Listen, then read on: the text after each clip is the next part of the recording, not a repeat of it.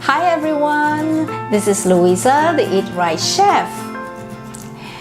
You're watching a video series on the myths surrounding healthy eating.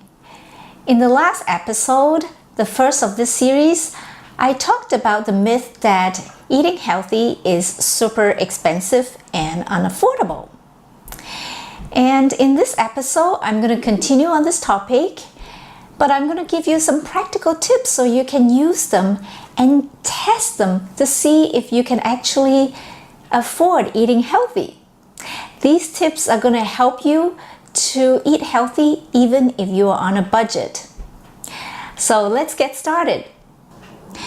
My first tip is to figure out what produce to buy if you are on a budget and you still want to be safe.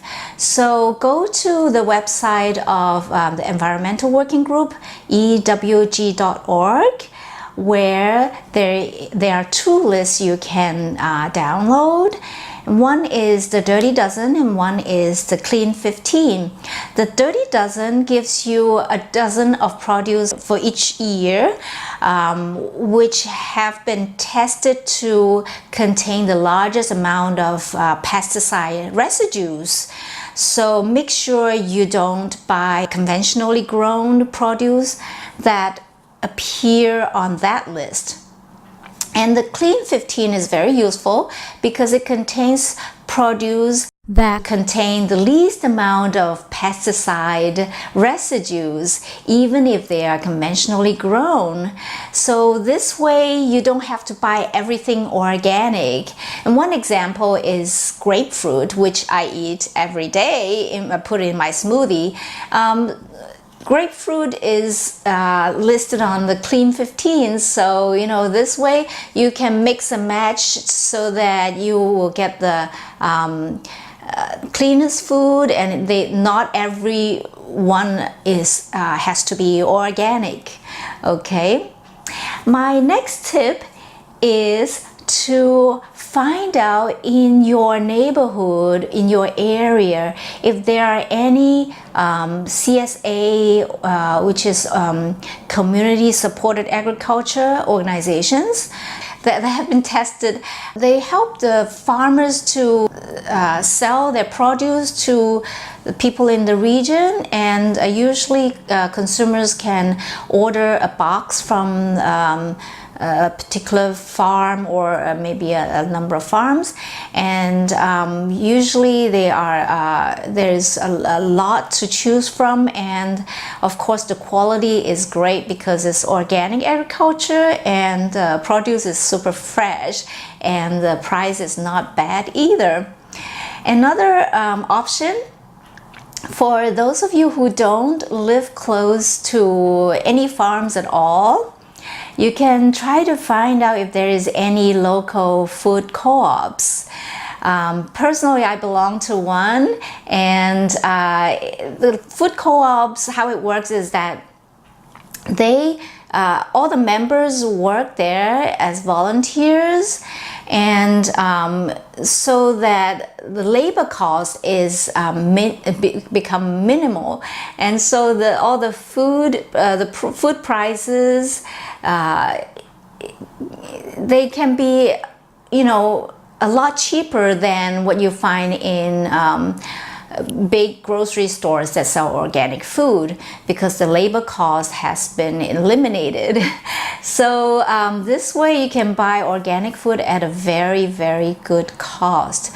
And that's how I get my organic produce. And even there are also meats to choose from, and grass-fed, free-range, and also free-range eggs as well. So that's another tip. And if you live near a farm, that's the best thing. Go directly to the farmer and buy from them. And this ensures the quality and the freshness. There's nothing better than buying directly from a farmer whom you know. Okay, so there are a couple of more tips to help you to save money. For example, you can buy certain fresh produce like herbs, and sometimes you realize that, oh, there's so much, I can't use it up, and I always toss the rest of it. It becomes bad in the fridge. Well, what you can do is that if you plan to use the herbs within a week, you can put them in a jar with some water to keep them fresh, and put a little plastic bag over. That way they will last longer. Or you can clean and then dry and chop up the herbs and put them in plastic bags, Ziploc bags. Stick them in the freezer, and you can use them much further down the road, and that, you know, you can have fresh herbs in your cuisine rather than dry herbs, and it gives your dishes much better aroma. And speaking of herbs, you can also grow herbs in your kitchen, even if you don't have a lot of counter space. And another tip is to buy in bulk and store the food in your freezer. And if you simply don't have enough room, or if you don't think you can eat up that much, you can always try to get a friend or a neighbor or family member to, you know, share with you when you buy in bulk, and that saves you a lot of money in the long run. Another tip is that for certain grocery items, dry food, packaged food that is organic, and preservative and additive free, there are certain online grocery stores that you can buy from, and you know, they offer very good prices. And one of them, you have I will put the name and the link below in the description of this video, and you can go and check it out. You can join that store as a member, and then you will even though there's a fee, a yearly fee, you will end up saving a lot, and that the saving will cover the membership as well.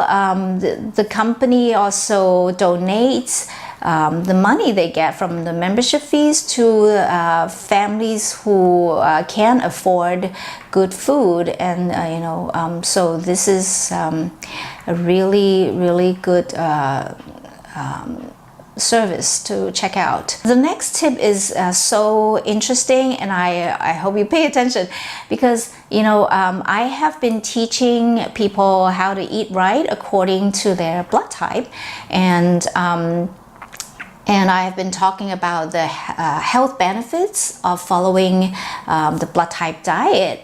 And one amazing thing about following this diet is that when you go out to do grocery shopping, you can just focus on buying all the produce, the food items that are beneficial for your unique blood type, and then you can forget about the rest. And this way, it's like laser sharp. You know, you're very focused, you buy only the beneficial food, and you will not waste a single penny on food that is going to harm your health. So it gives you great bang for the buck. And you know, what's better than that? It's so economical.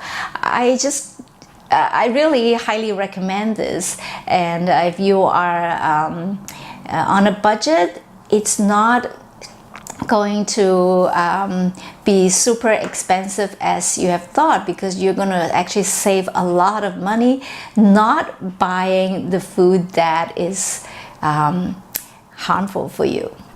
There is one more tip that I almost forgot to tell you, and it is that you can use leftovers in a very creative way to make amazing dishes. And this way you will actually end up saving quite a lot of money as well. Well, I hope that you find these tips helpful, and that you're actually going to apply some of them so that you can save money while eating healthy. In the next episode, I'm going to start talking about the second myth surrounding healthy eating, and that is cooking for health is very tricky, troublesome, or time-consuming, or all of them. So if you are one of those who really hate cooking, especially cooking with healthy ingredients, that video is for you. So stay tuned. Don't forget to like this page or join my Facebook private community. The link is below this video, and I'll see you in the next one. Bye!